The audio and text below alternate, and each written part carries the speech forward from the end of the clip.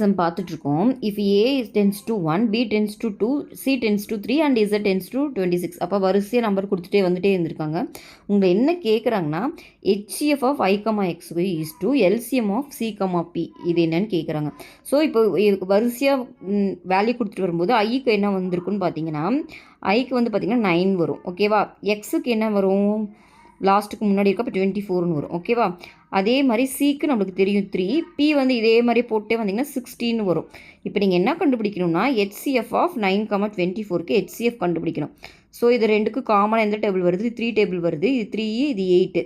இதுக்கப்புறம் வேறு எதுவுமே காமனாக இல்லை. அப்போ ஃபஸ்ட்டு ஹெச்சிஎஃப் கண்டுபிடிச்சிட்டோம். ஓகேவா? 3. ஓகே, நெக்ஸ்ட் என்னென்னா செகண்ட் எல்சிஎம் கண்டுபிடிக்கணும். இதுக்கு 3க்கும் 16க்கும் நம்ம எல்சிஎம் கண்டுபிடிக்கணும். என்ன பண்ணுவோம்? 3 டேபிளில் போட்டால் 1 16, நெக்ஸ்ட்டு 16 டேபிளில் போட்டால் 1 1ன்னு முடிஞ்சிருச்சு. அப்போ எல்சிஎம் வந்து பார்த்திங்கன்னா இதில் ஹெச்சிஎஃப் வந்து எவ்வளோ கிடச்சிது? 3. இதில் எல்சிஎம் வந்து பார்த்திங்கன்னா 3 × 16 இப்போ 48ன்னு கிடச்சிருக்கு. ஸோ எது முதல்ல வந்திருக்கு? ஹெச்சிஎஃப் தான் ரேஷியோ போடணும். 3:48 தான் இந்த சம்மோட ஆன்சர். பட் அதை சிம்பிளிஃபை பண்ணி கொடுத்துருக்காங்க. இது 3 டேபிளில் நம்மளால் கேன்சல் பண்ண முடியும். இது 1 டைமு, இது 16 டைமு. அப்போ ஆன்சர் பார்த்திங்கன்னா 1:16 தான் இந்த சம்மோட ஆன்சர். ஓகேவா?